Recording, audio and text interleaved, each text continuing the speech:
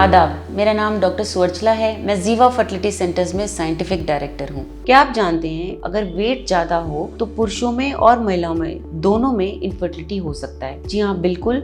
Obesity की वजह से यानी वेट ज्यादा होने की वजह से कपल में प्रेगनेंसी आने के चांसेस थोड़े कम होते हैं। आजकल महिलाओं में वेट ज्यादा होने की वजह से फर्टिलिटी कम हो जाना बहुत ज्यादा स्टडीज में देखा गया है, स्पेशली इंडिया में भी। ओबेसिटी महिलाओं में जो हार्मोन्स है उस पे इफेक्ट दिखाता है। जो हार्मोन्स जिस तरह स्टोर होते हैं बॉडी में, जिस तरह रिलीज होते हैं, उस पे असर दिखाता है। तो ये जो फैट सेल्स हैं, ज्यादा फैट सेल्स होने की वजह से एडिपोज टिश्यू या फैट सेल्स जो है मेल हार्मोन्स को फीमेल हार्मोन में कन्वर्ट करता है, जिसे ईस्ट्रोन कहते हैं। तो जब ये फैट सेल ज्यादा हो जाता है, ये हार्मोन ईस्ट्रोन ज्यादा रिलीज होता है। ये महिलाओं में भी जितना होना चाहिए उतना ही होना चाहिए, पुरुषों में भी ज्यादा नहीं होना चाहिए। ईस्ट्रोन जो है वो ब्रेन के मेटाबॉलिज्म को इफेक्ट करता है, जो ओवरीज में ही नहीं, टेस्टिकुलर फंक्शन को भी इफेक्ट कर सकता है। सो पुरुषों में ही नहीं, महिलाओं में भी ये ज्यादा नहीं होना चाहिए, जिसकी वजह से जो सेक्स हार्मोन्स है उनका रिप्रोडक्टिव फंक्शन कम होता है। और ये पुरुषों में भी ये इफेक्ट दिखा सकता है। कैसे दिखाता है? स्पर्म काउंट का कम हो जाना, मोटिलिटी, मॉर्फोलॉजी कम हो जाना देखा गया है पुरुषों में। और ये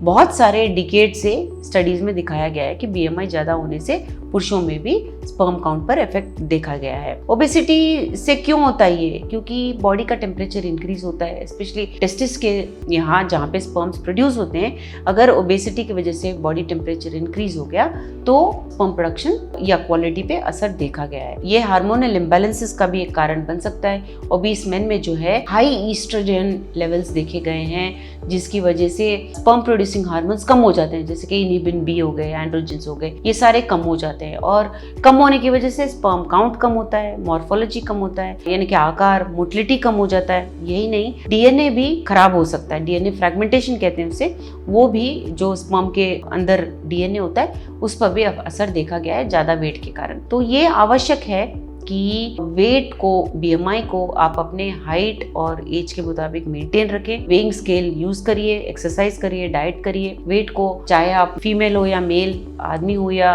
महिला, अवश्य अपने वेट को चेक में रखिए और इसकी वजह से अपने फर्टिलिटी चांसेस को भी बढ़ा सकते हैं आप। इसके बारे में और जानकारी के लिए अवश्य जीवा फर्टिलिटी सेंटर्स आइए। हमने इस वीडियो बनाने के लिए बहुत मुशक्कत की है। मेहरबानी करके हमें लाइक और सब्सक्राइब जरूर कीजिएगा। शुक्रिया।